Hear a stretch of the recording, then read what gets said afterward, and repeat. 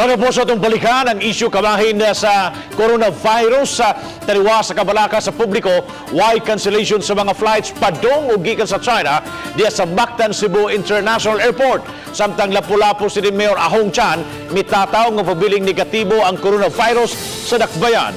Si Luan Mirondina adunay live exclusive report. May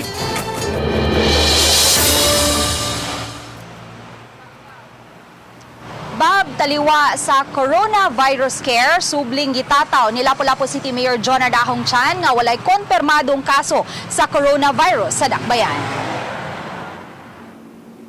Matag simana, may tulo ka mga flights gikan sa Guangzhou, China ang mutugpa sa Mactan Cebu International Airport. 4 times a week usab ang flights gikan sa Chongqing.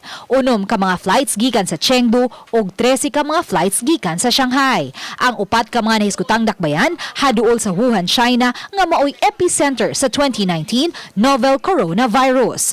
Matod ni GMCAC Chief Executive Advisor Andrew Harrison, walay mga gikan sila nga flights gikan sa China. Matod ni Harrison, bugto mga health officials lang ang makahukom kung angaya na ba nga idili ang pagsulod sa mga Chinese nationals sa nasod. The primary agency is Department of Health, and if we look at what's happening on a global perspective, the World Health Organization has not yet declared this as an international emergency, which would require travel restrictions. Apan gitataw sa GMCAC Chief Executive Advisor nga may gipatuman sila mga pamaagi aron masigurong malikayan ang pagtakboy sa novel coronavirus. We make the announcements, and the announcement is asking for any passenger who experiences flu-like symptoms, fever, cold, cough, to make themselves known to a member of the health authority upon immediate disembarkation. Gidasunan usab kini ni MCIAA General Manager Attorney Steve Dikdikan. An overreaction is just as bad as an underreaction. And we want to have the smartest and most effective way to deal with this virus. So right now, the information that we are getting from the Department of Health does not call for a total ban. Samtang subling gitataw ni Lapu-Lapu City Mayor Jonard Ahong Chan nga walay konpermadong kaso sa 2019 novel coronavirus sa Dakbayan. Ang 3 anyos nga Chinese national nga gikan sa Guangzhou, China nga unang giobserbahan sa usa ka pribadong tambalanan nakauli na balik sa China. Sukad sa miaging Lunes, mikatap ang mga text messages nga may magtiayon uban ang ilang 3 anyos nga anak nga giingong positibo sa coronavirus. Sa pagkakaroon hangtod karong mga orasa, karong mga gutlua, ang atong syudad sa Lapu-Lapu negatibo sa coronavirus, no.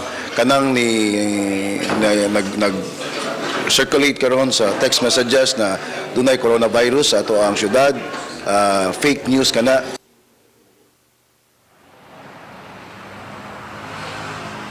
Bab ning pagkatap karon sa coronavirus, may katap usab ang infodemic o ang kasayop nga kasayuran.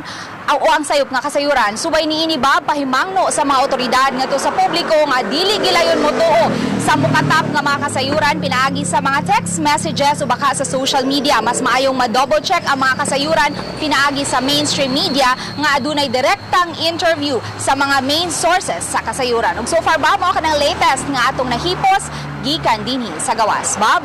thank you so much, Mai, sa imong live report.